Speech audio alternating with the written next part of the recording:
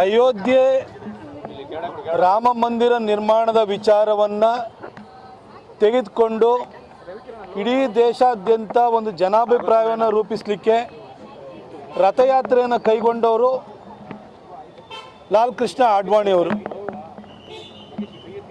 ಕೋರ್ಟಿನಲ್ಲಿ ಅದರ ಪರವಾಗಿ ಹೋರಾಟವನ್ನು ಮಾಡಿದಂಥವರು BJPಯಲ್ಲಿ ಕೇಂದ್ರ ಸಚಿವರು ಆಗಿದ್ದಂತಹ ಖ್ಯಾತ ವಕೀಲರಾಗಿರುವಂತಹ ರವಿಶಂಕರ್ ಪ್ರಸಾದ್ ಅವರು.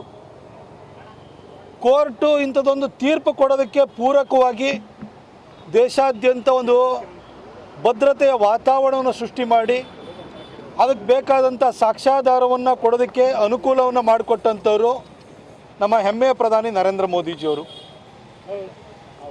ರಾಮನ ಅಸ್ತಿತ್ವವನ್ನು ಸಾಬೀತು ಮಾಡಬೇಕಾಗಿ ಬಂದಾಗಲೂ ಕೂಡ ನಮ್ಮ ಸರ್ಕಾರ ಎಲ್ಲ ವ್ಯವಸ್ಥೆಗಳನ್ನು ಮಾಡಿ ಅಲ್ಲಿ ಎಕ್ಸ್ಕವೇಷನ್ನು ಪ್ರತಿಯೊಂದಕ್ಕೂ ಕೂಡ ಅನುವು ಮಾಡಿಕೊಟ್ಟು ಅಲ್ಲಿ ಅವಶೇಷಗಳಲ್ಲಿ ಇರುವಂಥ ಸಾಕ್ಷ್ಯಗಳನ್ನು ತೆಗೆದು ಸುಪ್ರೀಂ ಕೋರ್ಟ್ ಮುಂದೆ ಪ್ರೆಸೆಂಟ್ ಮಾಡಲಿಕ್ಕೆ ಅನುಕೂಲ ಮಾಡಿಕೊಟ್ಟಿದ್ದು ನಮ್ಮ BJP ಸರ್ಕಾರ.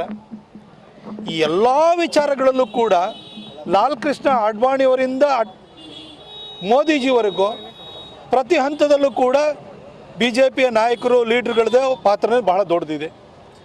ಕಾಂಗ್ರೆಸ್ಸಿಗೆ ಸಹಜವಾಗಿ ಈ ರಾಮ ಜನ್ಮಭೂಮಿ ನಿರ್ಮಾಣದಲ್ಲಿ ತಂದೇನೂ ಪಾತ್ರ ಇಲ್ಲ.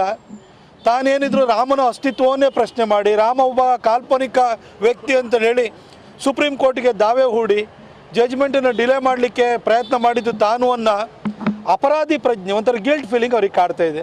ಹಾಗಾಗಿ ಅವರು ಆ ಒಂದು ಅಪರಾಧಿ ಪ್ರಜ್ಞೆಯಿಂದ ದೂರ ಉಳಿತಾ ಇದ್ದಾರೆ. ಹಾಗಾಗಿ ಅದನ್ನು ನಾವು ಅವರ ನಿರ್ಧಾರವನ್ನು ನಾವೆಲ್ಲರೂ ಕೂಡ ಅರ್ಥ ಮಾಡ್ಕೊಳ್ಳುವಂಥ ಸಂಗತಿಯಾಗಿದೆ. ನಾನೇನೋ ಅವ್ರನ್ನ ಬ್ಲೇಮ್ ಮಾಡೋಕ್ಕೆ ಹೋಗಲ್ಲ. ಸಿದ್ದರಾಮಯ್ಯ ಅವರು ಹೇಳಿಕೆ ಕೊಡ್ತಾರೆ, ಇದಾದ ಮೇಲೆ ನಾವು ಅಯೋಧ್ಯೆಗೆ ಹೋಗಿ ಪೂಜೆ ಮಾಡಿ ಬರ್ತೇನೆ, ನನ್ನ ಬೆಂಬಲಿಗರು ಸಹ ಅಯೋಧ್ಯೆಗೆ ಹೋಗಿ ಪೂಜೆ ಮಾಡಿ ಬರ್ತಾರೆ ಅಂತ. ಈ ಹಿಂದೆ ರಾಮನ ಅಸ್ತಿತ್ವವನ್ನು ನಿರಾಕರಣೆಯನ್ನು ಮಾಡಿ ಸುಪ್ರೀಂ ಕೋರ್ಟಿಗೆ ರಾಮ ಸೇತು ವಿಚಾರದಲ್ಲಿ ಅಫಿಡವಿಟ್ ಸಲ್ಲಿಸಿರುವಂಥ ಕಾಂಗ್ರೆಸ್ಸು ಮತ್ತು ಕಾಂಗ್ರೆಸ್ ನಾಯಕರು, ರಾಮ ಒಬ್ಬ ಕಾಲ್ಪನಿಕ ವ್ಯಕ್ತಿ, ಅದಕ್ಕೆ ಯಾವ ಆಧಾರ ಇಲ್ಲ, ರಾಮ ಒಬ್ಬ ಇದ್ದ ಅನ್ನೋದಕ್ಕೆ ಅಥವಾ ಅಸ್ತಿತ್ವ ಇತ್ತು ಅನ್ನೋದಕ್ಕೆ ಯಾವುದೋ ಆಧಾರಗಳಿಲ್ಲ ಅಂತ ಹೇಳಿ ಸುಪ್ರೀಂ ಕೋರ್ಟ್ ಮುಂದೆ ದಾವೆ ಹೂಡಿದ್ದಕ್ಕಾಗಿ ಆ ಪಾಪವನ್ನು ತೊಳ್ಕೊಳ್ಳೋದಕ್ಕೋಸ್ಕರ ಸಿದ್ದರಾಮಯ್ಯ ಸಾಹೇಬರು ಅವರ ಪಕ್ಷದ ಪರವಾಗಿ ಅವ್ರು ಹೋಗಿ ಬಂದರೆ, ಅವ್ರ ಬೆಂಬಲಿಗರು ಹೋಗಿ ಬಂದರೆ ಖಂಡಿತ ನಾವು ಅದನ್ನು ಸ್ವಾಗತಿಸ್ತೀವಿ.